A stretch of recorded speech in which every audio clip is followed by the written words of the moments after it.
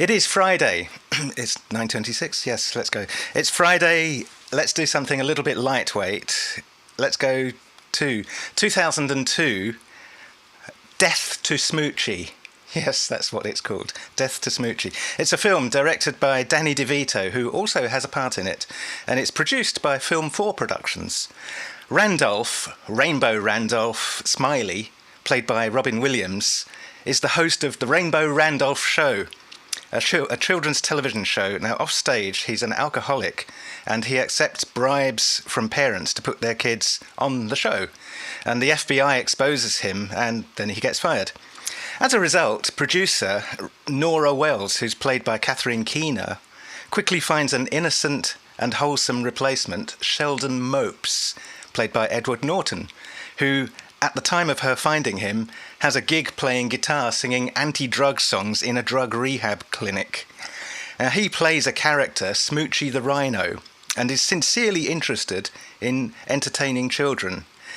Randolph, meanwhile, is trying to get his job back via a former friend who he moves in with to stay, and he plots to get Sheldon fired, but without much success. Sheldon, meanwhile, is trying to get his job back via a former friend. I've crossed my lines over. Sheldon, meanwhile, finds a new agent, Burke Bennett, Danny DeVito, and this is Danny DeVito's part, who gets him an executive producer position. A mob boss, Tommy Cotter, who is actually an Irish woman with several brutal members of her family in tow, persuades Sheldon to find a spot on the show for her brain-damaged cousin, Spinner Dunn, who used to be a boxer but had had too many head injuries. Now, this came about after Spinner saw Sheldon in a restaurant, recognising him as Smoochy, and they danced the little dance from the show together.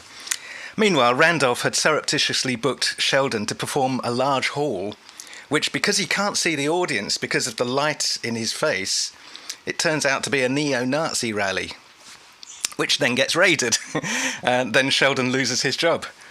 Now, Randolph sees Nora to get his old job back and inadvertently lets slip that he set Sheldon up. Now, as a result, Tommy and her family pay Randolph a visit to force a confession out of him that he tricked Sheldon. Sheldon gets his show back. Randolph is the most hated man around, according to the media. Now, the film was a box office flop when it was released, with very, very poor reviews. Despite the relatively high-profile stars, it made $8.3 million compared to the budget of $50 million. Now, personally, I can't quite decide whether it's really one of the worst films I've ever seen, or whether I might watch it again if the opportunity arose. I think there is some seed in there. I think it's got something in it. It isn't universally hated, by the way. There are quite a lot of people out there over the years. There are quite a lot of people out there that think it's up there with one of the funniest films they've ever seen. So, Friday, 2002, Death to Smoochy.